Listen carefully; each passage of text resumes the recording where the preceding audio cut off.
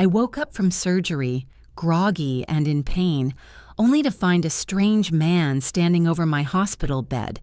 He wasn't a doctor. He wasn't a visitor. He smiled, a sickeningly confident smirk, and said, "I'm the new owner of your house. I just wanted to tell you the deal is closed.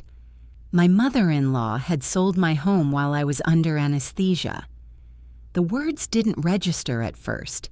The lingering fog of the general anesthetic made the statement seem like a ridiculous, feverish dream. I tried to sit up, but a sharp, blinding pain shot through my abdomen, forcing a whimper out of me. My husband, John, was supposed to be there, holding my hand, promising me everything would be fine. But John was gone, and this stranger, this thief, was standing where my husband should have been. "Who are you?" I managed to rasp, my throat dry and sore. "The name's David," he said, pulling up a chair with an air of casual entitlement. He looked like a textbook real estate shark, too tan, too slick, with a diamond stud earring that caught the harsh hospital light. "And I bought your house, Sarah. It was a quick cash deal. Your mother-in-law, Martha, handled everything. Said you had extenuating circumstances and needed to liquidate quickly. Very efficient, Martha is." The mention of Martha, my mother-in-law, hit me harder than the surgical pain. Martha was a woman who saw me, her son's wife, not as family but as a temporary obstacle to his wealth and happiness. She was a master of passive-aggressive commentary and subtle manipulation, but this was a brazen criminal act. "That's impossible," I whispered, shaking my head weakly. "That house is legally in my name and John's. She can't—" "Oh, but she did," David interrupted, pulling a manila envelope from his briefcase. He slid a piece of paper onto the bedside table. It was a copy of the closing statement. My signature, a shaky, barely legible scribble, was at the bottom. "See? Everything is in order. We closed 2 days ago. I just wanted to be cordial and let you know you have exactly 7 days to clear out your belongings before the contractors move in." I stared at the signature. It looked like mine, but I knew with a terrifying certainty that it was a forgery. 2 days ago, I was still in the surgical recovery unit, barely conscious, signing nothing but forms, authorizing pain medication. Martha had found a way to fake my consent, likely leveraging my deep sleep or manipulating John into cooperating. John? Where was he? Why hadn't he stopped this? The betrayal of my husband, the man who had promised to stand by me in sickness and in health, eclipsed even the shock of Martha's cruelty. He knew I was terrified of this surgery, a necessary procedure, but a major one. He knew the house was my sanctuary, the place where I finally felt safe and secure. After years of moving around, I reached for the call button, my fingers trembling. "Get out! I need security." David merely laughed. "You need to hire a lawyer, Sarah, not security. Look, I'm just the buyer. Your fight is with Martha and, well, your husband. I have a clean title and I'm moving forward. Enjoy your recovery." He stood up, gave one last infuriating nod, and walked out, leaving me alone with the sickening reality of the closing statement. When the nurse finally arrived, I was hyperventilating. The pain in my body, nothing compared to the shock in my mind. I demanded my phone. My hands shook so violently I could barely unlock it. I immediately called John. It rang and rang, finally going to voicemail. His generic, cheerful message filled the void. "Hey, it's John. I'm probably in a meeting. Leave a message." A meeting. While his mother sold our life, I called Martha next. Her voice, when she answered, was sickeningly sweet. Sarah, how are you feeling, dear? I just popped by the hospital, but you were sleeping so peacefully I didn't want to wake you. You sold my house, Martha, I said, my voice dangerously low. You put our home on the market and forged my signature while I was in surgery. What did you do? Her sweetness evaporated instantly, replaced by a cold, condescending steel. Don't be dramatic, Sarah. It was a necessary decision. That house was too big, too expensive. You were financially irresponsible, and John's under so much stress, I simply stepped in and helped him secure his future. The paperwork was all done legally. You signed a power of attorney months ago, remember? A smart woman would thank me for taking that burden off her hands. Power of attorney. I vaguely remembered signing a stack of legal papers when we refinanced the mortgage 8 months ago.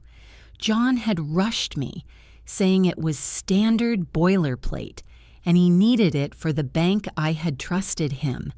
They had planned this for months. Where is the money, Martha? I demanded. And where is John? The proceeds are safe, dear. And John is taking a much-needed break.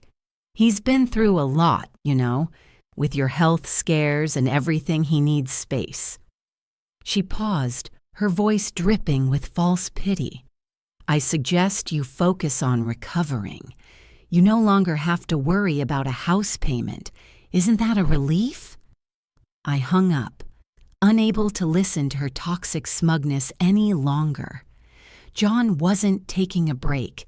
He was hiding, a complicit coward who had allowed his mother to destroy his marriage and steal my security while I was at my most vulnerable.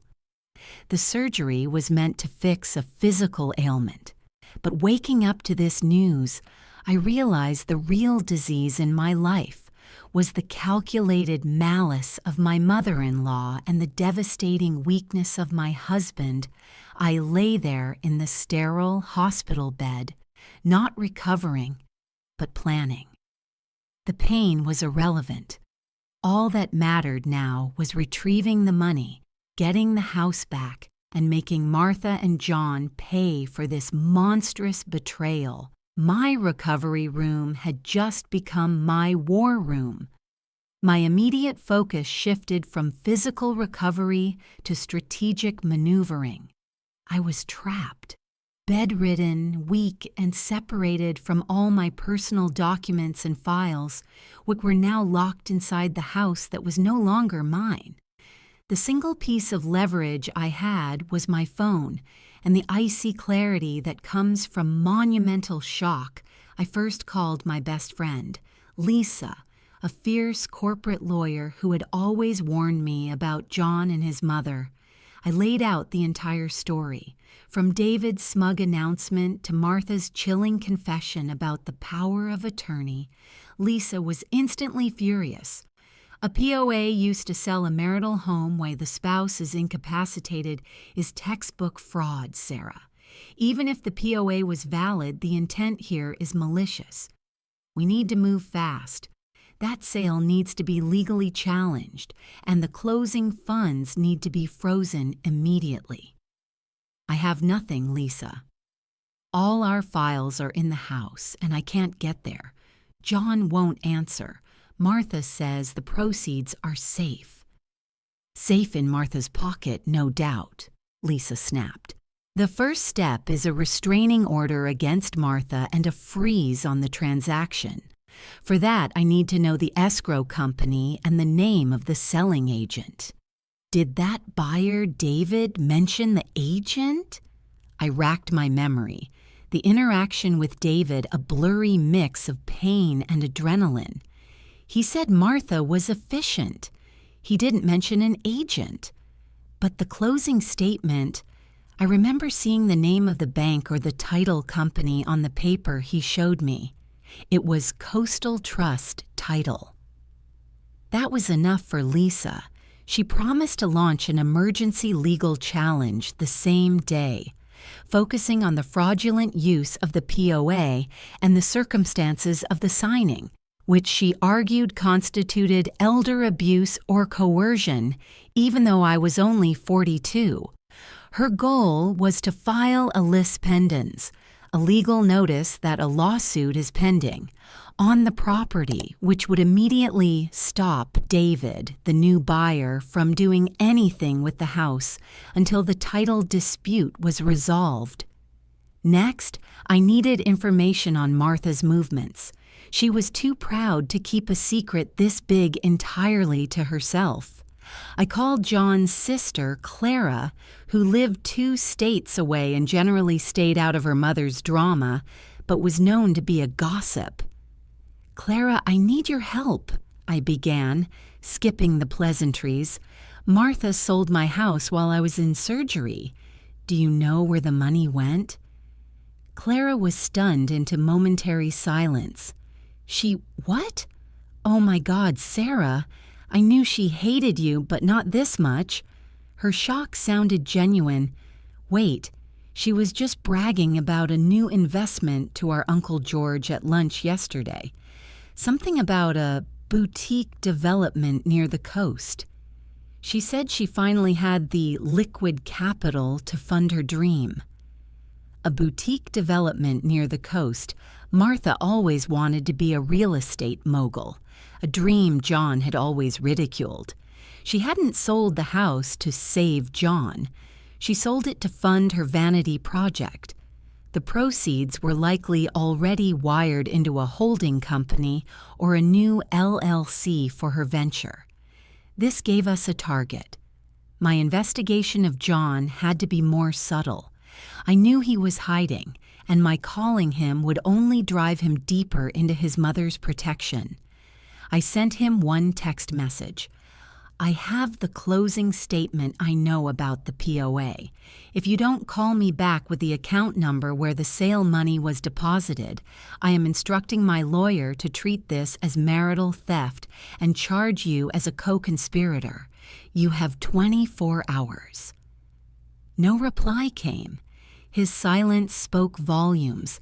He had chosen his mother's criminal enterprise over his wife and his marriage. The next day, Lisa called with a crucial update. Coastal Trust Title is holding the sale funds in escrow, but they are under immense pressure from Martha's lawyer to release them to her newly established LLC, the Martha Group.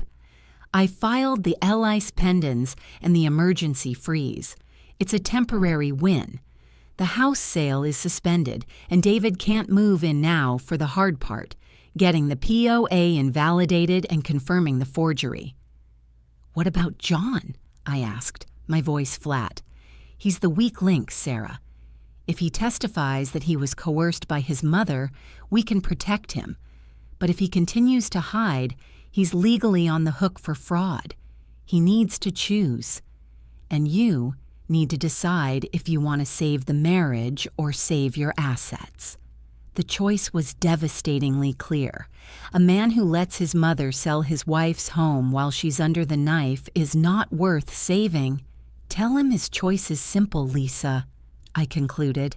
"Testify against Martha, or I will ensure he loses his share of the assets in the divorce I want Martha's dream project shut down and my house back.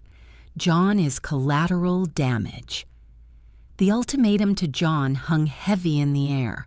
The 24 hours came and went without a word from him. His silence wasn't just cowardice. It was an active declaration of war. He chose his mother's manipulative wealth over the woman who had spent a decade building a life with him. The pain was still there, but it had calcified into a cold, strategic fury. Lisa and I moved forward on 2 fronts: the fraud case against Martha and the divorce case against John. The key to both was the POA.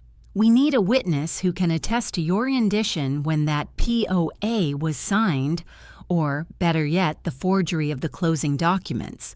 Lisa explained. "John is out. He won't cooperate."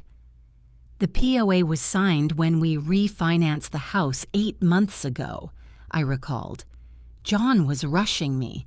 I remember signing a huge stack, but there was a young paralegal in the room, Jenny. She seemed uneasy. John kept her from talking to me alone. Lisa's eyes lit up. A potential witness who was excluded from conversation? Excellent. Let me track down the title company that handled the original refinance. They'll have her contact information.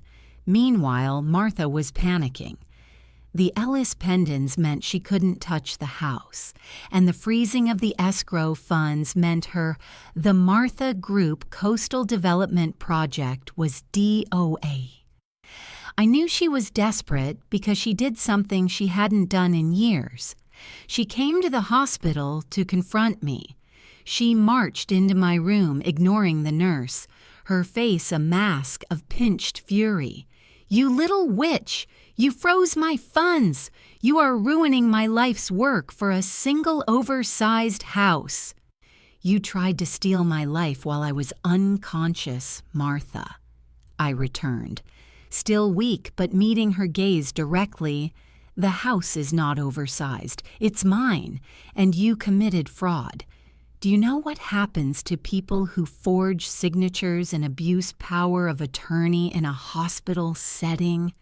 "It wasn't forgery," she hissed, leaning close. "I called the notary to the house before your surgery. John signed your name on the hospital forms, and I made sure my POA was broad enough to handle the rest. John agreed to all of this." Her slip was monumental. "So John signed the hospital documents for me, not the closing documents." I pressed. "And you used the POA, which were meant for refinancing, to sell the entire property. That's a massive misuse of power, Martha. And the buyer, David, told me my signature was on the closing statement. Someone forged it." She realized her error. I don't know what you're talking about. John signed everything.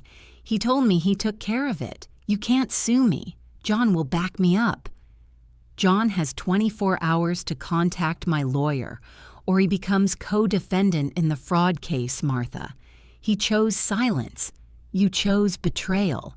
Now watch me choose justice." I hit the nurse call button repeatedly. "Get her out. She's threatening a patient." Martha was escorted out, her fury transforming into genuine fear. The pieces were falling into place. John was responsible for the initial POA misuse, while Martha was responsible for the subsequent fraud and the theft of the proceeds. Their plan was a tag-team crime. Later that afternoon, Lisa called triumphant. "I found Jenny, the paralegal. She was fired from the title company shortly after your closing for unspecified internal restructuring. She's ready to talk, Sarah, and she confirmed your suspicion." Jenny had been instructed by John and Martha to leave the POA in the closing stack, not to explain its purpose, and was specifically asked to step out of the room when the final critical forms were signed. She suspected foul play and quit when she realized the level of deception involved. She was afraid, but her conscience outweighed her fear. "And here is the bomb, Sarah," Lisa continued. "Jenny confirmed that the selling agent for the home sale was not an outside agent. It was Martha's personal friend, Robert Vance, a shady broker who specializes in quick sales. Robert Vance used the Coastal Trust title as a front. Robert is the one who forged your signature on the final deed to finalize the cash sale to David." The plot was deeper and dirtier than I imagined. Martha, John, and a broker named Robert Vance. A small criminal conspiracy designed to steal my assets while I was unconscious. Now we had 3 targets. With the 3 conspirators identified, Martha, John, and Robert Vance, our legal strategy crystallized. We filed a comprehensive civil suit, not just against Martha, but naming John and Robert Vance as co-defendants. The lawsuit was simple: conspiracy to commit fraud, theft of marital assets, and malicious misuse of power of attorney. This move had an immediate and devastating effect on the targets Robert Vance was the first to crack. Brokers live and die by their licenses. The moment the lawsuit hit his desk, complete with Jenny's affidavit and the police report I filed from the hospital bed regarding the buyer's visit, Robert called Lisa. He was terrified of losing his livelihood and facing criminal charges for forgery.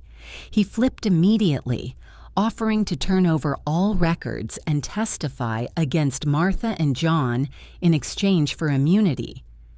The records he supplied were a goldmine. They confirmed that Martha had paid him a massive cash bonus, far above the standard commission, to expedite the sale and, crucially, to use his contact, the notary, to illegally validate the forged signature on the closing deed. The money Martha was using for her The Martha Group was indeed coming directly from the sale, laundered through Robert's account. John was the next domino. When his employer received a copy of the lawsuit naming him in a conspiracy to commit marital and real estate fraud, his high-level executive position was immediately suspended. His reputation, his most prized asset, was publicly destroyed. He finally called me, not to apologize, but to beg. "Sarah, please, you have to stop. My career is over. I just did what Mom said. She told me it was the only way to save our credit. She said you would be fine with it once you were better." "You had 24 hours to contact my lawyer, John," I replied, my voice devoid of emotion. "You chose your mother. You chose to let me learn about the sale from the buyer while I was in the hospital. You signed those POA papers fully knowing your mother's intentions. You are a complicit coward, and I will not protect you." "But I love you," he pleaded. "You love the lifestyle I built and the convenience I offered. You love the easy way out. That's not love, John. That's entitlement. You should be talking to your lawyer, not me. And you should prepare to sell everything you own, because Martha's dream project is funding my recovery and my divorce." I hung up the house. The lis pendens meant the property was in limbo. David, the buyer, was now angry and suing Martha for breach of contract and demanding his cash back, plus damages. This created a new ally, David, who had no interest in the drama, only in his $750,000 in cash. Lisa leveraged David's anger. She offered him a settlement.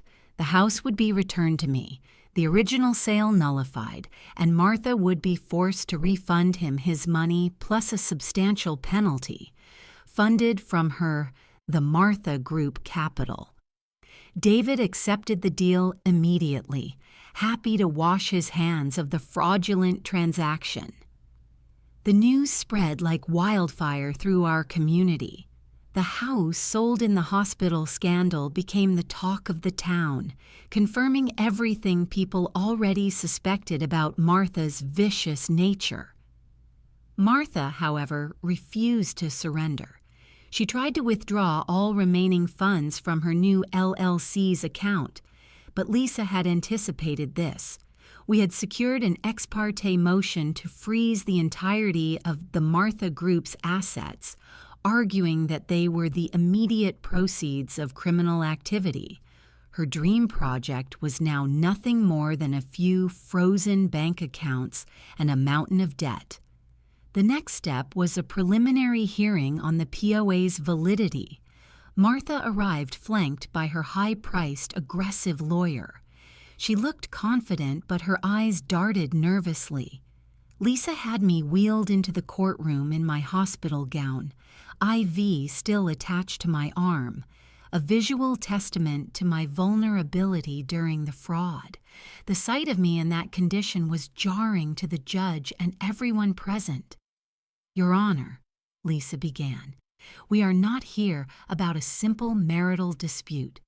We are here about a calculated, malicious conspiracy to steal a woman's home while she was under anesthesia. We have the testimony of the broker's assistant, the suspended co-conspirator husband, and the buyer's lawsuit. We only need to address the validity of the POA." The judge looked at Martha. "Ms. Hayes, did you use the power of attorney to sell this entire property, knowing your daughter-in-law was incapable of consenting?" Martha, coached by her lawyer, insisted, "Your Honor, I was acting in my son's best interest. The house was a financial burden. It was a tough love decision." The judge then turned to me. "Ms. Sarah, is this signature on the closing deed yours?" I looked at the document. "Your Honor, that is a convincing forgery. The only paper I signed that week authorized the use of an opioid drip. My signature was acquired or forged while I was completely incapacitated." The judge didn't even need Robert Vance's sealed testimony. The circumstantial evidence, the frozen funds, and my visible state of weakness were enough. He ruled immediately, declaring the POA's use null and void for the sale, confirming the LS pendants, and effectively returning the house title to me. The court's decision was the turning point. The house was mine again. The sale was nullified. David's money was secured from Martha's frozen accounts. The immediate crisis was over, but the war for justice had just begun. I was released from the hospital 2 days later, still recovering but finally able to go home. Driving up to my street, the house, my house, looked like a monument to resilience. The only sign of the drama was the faded outline of a sold sign that had been hastily ripped down by Martha's angry associate inside. The house felt subtly invaded, not by the buyer, but by John's betrayal. His presence was still everywhere, and the thought of sleeping next to a man who conspired to steal my home was physically repulsive. When I entered the master bedroom, John was there, sitting on the edge of the bed, his shoulders slumped in defeat. He looked pathetic. "Sarah," he mumbled, standing up, "I'm so sorry. I messed up. I'll fix this. I told Mom I'm done with her. I'll get her to give you the rest of the money back." "You don't get it, John," I said, walking past him to the closet and pulling out a suitcase. "There is no us to fix. You didn't mess up. You committed a crime. You stood by while your mother orchestrated a financial attack on me at my weakest moment. And you didn't call me back for 24 hours. You chose Martha. You chose the lie. You chose my destruction." I started packing his things, not mine, with a cold, surgical precision. "We can file for divorce, John. You have a few choices," I continued, closing the suitcase. "You can sign the divorce papers quickly, giving up all claims to the house, and I will agree to not testify against you in the criminal investigation. You will also sign a statement confirming Martha's role as the sole mastermind, which will give me leverage to retrieve the rest of the funds from her." His eyes widened. "Criminal investigation? Sarah, no. Mom said it was just a civil thing." "Fraud is a crime, John. Robert Vance flipped. He has documentation. The police are already involved, and your employer knows about the civil suit. Your career is over, and your freedom is next. Choose. Quick, quiet divorce where you lose the house, or a long, expensive fight where you lose the house, your career, and possibly your liberty." He looked at the suitcase, then at my cold, unwavering face. The coward in him won. Okay, I'll sign. Just tell them Mom made me do it. I never wanted to hurt you, Sarah." "You already did," I said, pointing to the door. "Now get out. You have 1 hour to clear your personal items. I want you gone before dinner." The divorce was swift and devastating for John. He signed everything, gave up the house, and his statement against Martha provided the final damning piece of evidence for the civil suit. He faded into a small rented apartment in another part of the city, becoming a cautionary tale in our social circle. The war with Martha. With John and Robert Vance cooperating, the final civil trial against Martha was inevitable. We were suing for the rest of the sale proceeds, plus punitive damages for emotional distress, fraud, and the cost of the legal battle. Martha remained defiant. She hired a new, even more aggressive legal team who tried to paint me as an ungrateful, gold-digging wife who was trying to bleed her wealthy, loving mother-in-law dry. But they couldn't undo the facts. We had the POA, the forged deed, the buyer's testimony, John's signed confession, and the broker's records. Martha's legal maneuvers were simply delaying the inevitable. Lisa's strategy was brilliant. She didn't just target Martha's personal wealth, she targeted her vanity. She had the local papers tipped off about the final trial date. She knew Martha's greatest fear was public humiliation. The final court date against Martha was less a legal battle and more a public execution of her reputation. The courtroom was packed, not just with legal teams, but with neighbors, former business associates, and local reporters. Martha, dressed in an expensive, impeccably tailored suit, tried to project an image of wronged innocence, but the fear in her eyes was palpable. Lisa began the case by presenting the full timeline, starting with the rushed POA signing and ending with the appearance of the buyer in my hospital room. She used John's sworn statement, read aloud detailing his mother's coercion and planning. She used Robert Vance's testimony, which confirmed the cash bribe and the forgery of my signature. The core of the case wasn't just about the money, it was about the intent.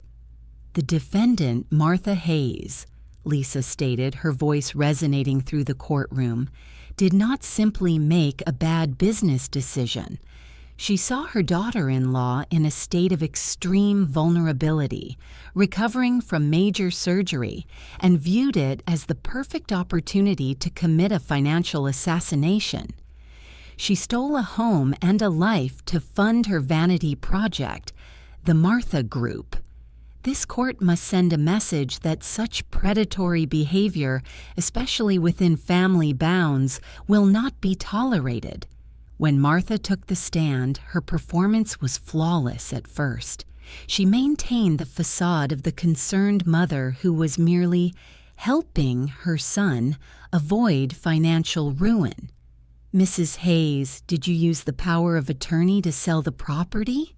Lisa asked. "I acted on my son's behalf, yes," Martha insisted.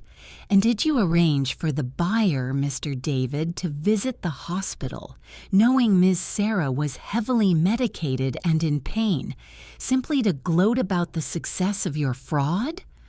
Martha sputtered. "That man was an overzealous idiot. I had nothing to do with that."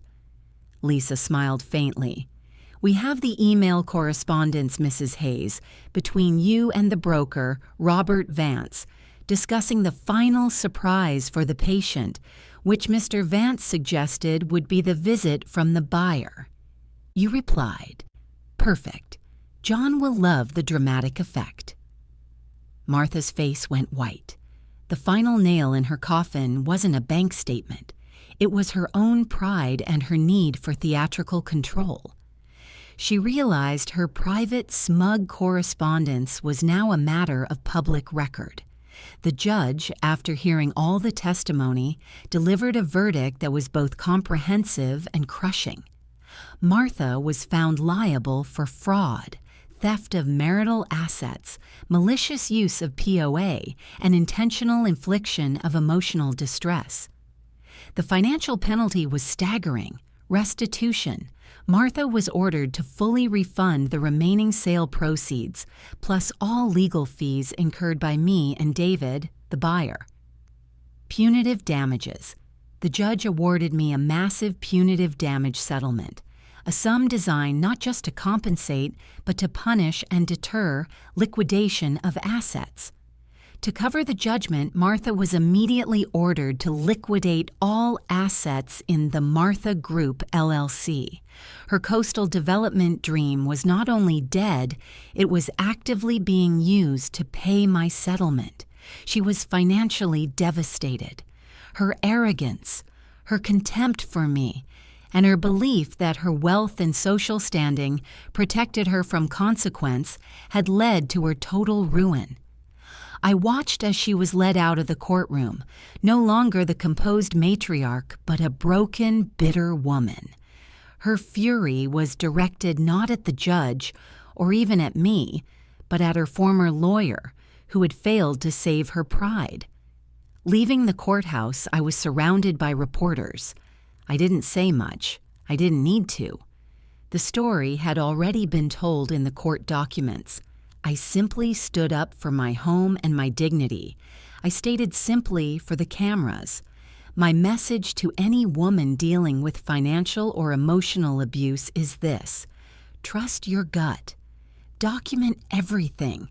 And don't be afraid to take strategic action against those who try to exploit your weakness.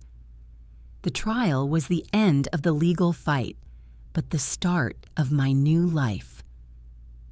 The punitive damages settlement, coupled with the security of my house, meant I was now financially independent. The woman who left the hospital groggy and terrified was now a wealthy, secure, and infinitely stronger person. The months following the trial were dedicated to rebuilding my life, piece by deliberate piece. The house, which had once felt tainted by the trauma and John's betrayal, slowly began to feel like my own again.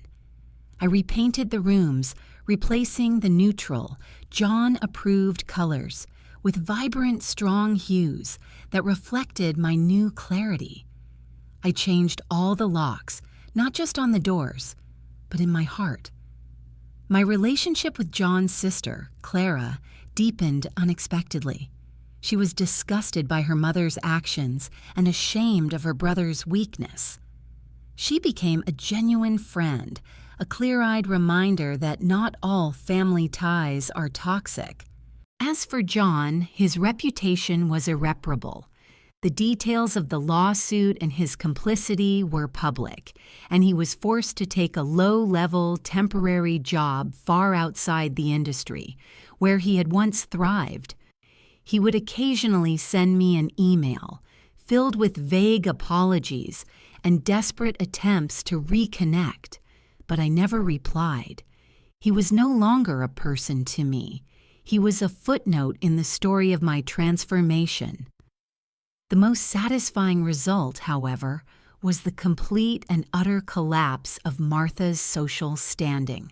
The local papers had run the story under headlines like "Matriarch's Mansion Sold to Pay Fraud Damages" and "Hospital Plot, Mother-in-Law Ruins Son's Marriage."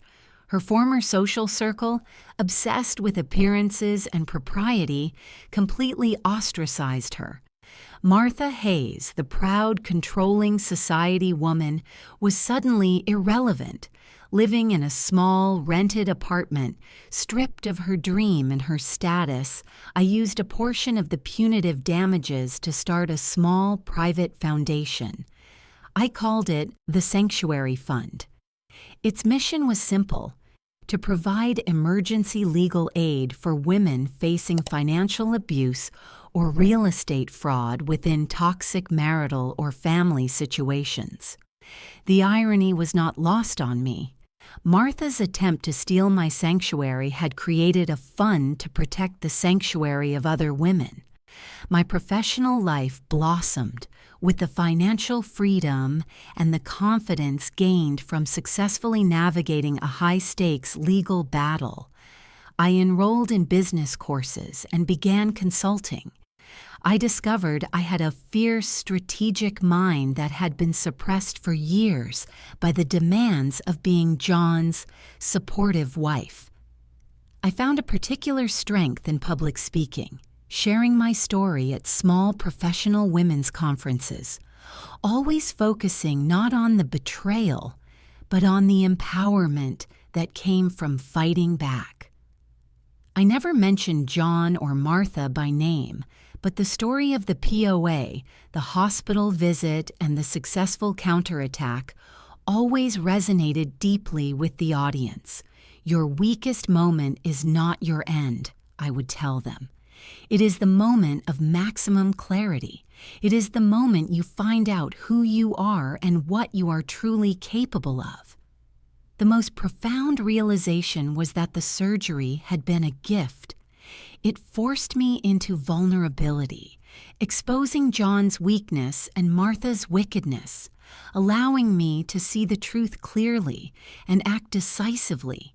If I hadn't been immobilized, if I had been trying to juggle recovery and a normal life, I might have tried to negotiate, to save the marriage, to forgive.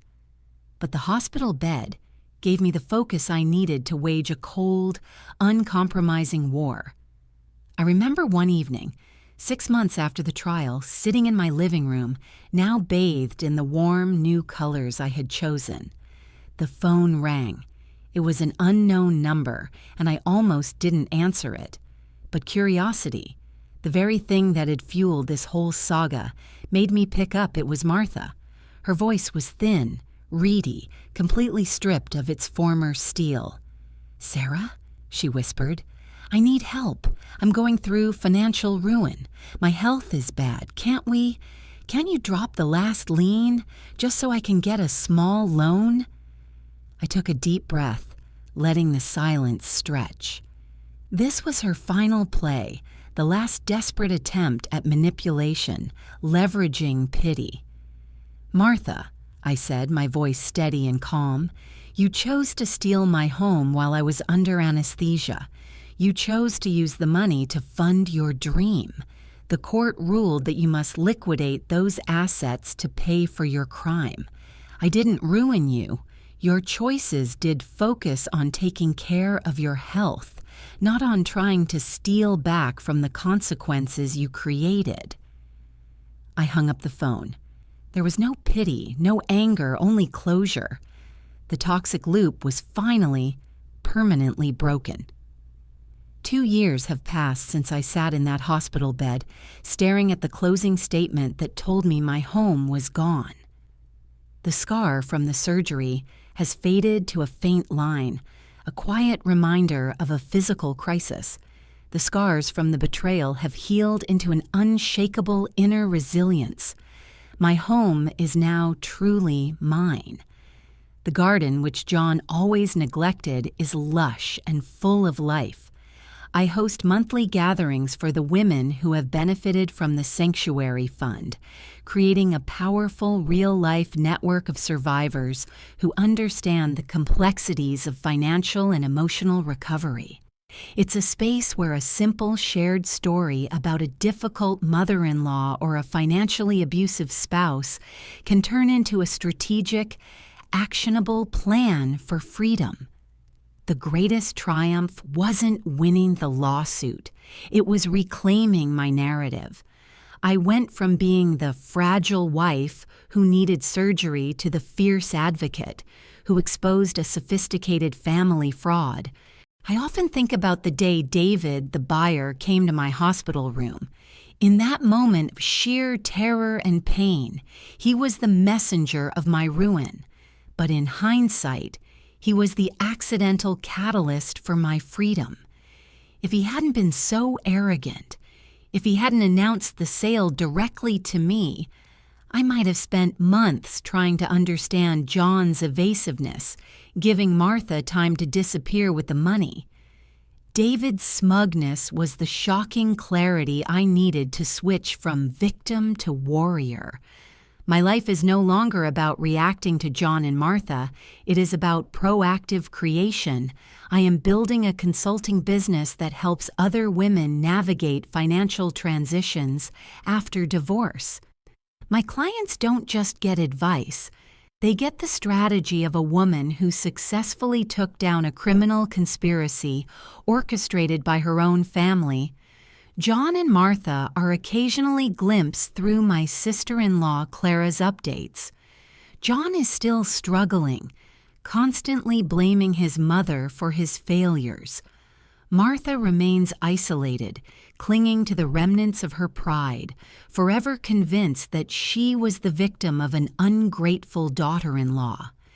They are trapped in a self-perpetuating cycle of blame and entitlement, while I am moving forward, light and free.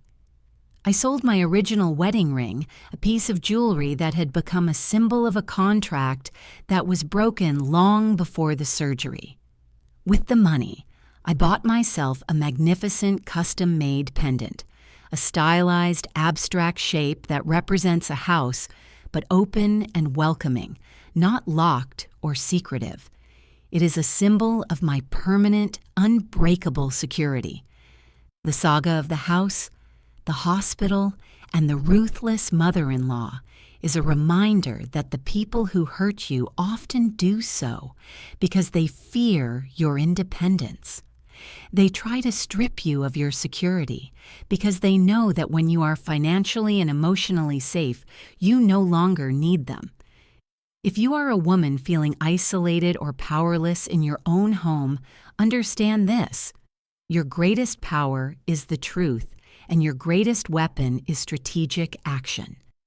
Get help, document the deceit, and never ever let someone else control the narrative of your life. The moment you decide to fight back, you stop being the victim and you become the hero of your own story. I lost a marriage and an illusion of security, but I gained my freedom, my fortune, and my unshakable self-worth. It was the most painful, but ultimately the most profound wake-up call of my life. Thank you for listening to this difficult confession. We are so grateful to share these stories with you. If this story resonated with you, please hit the like button and share your thoughts in the comments section below.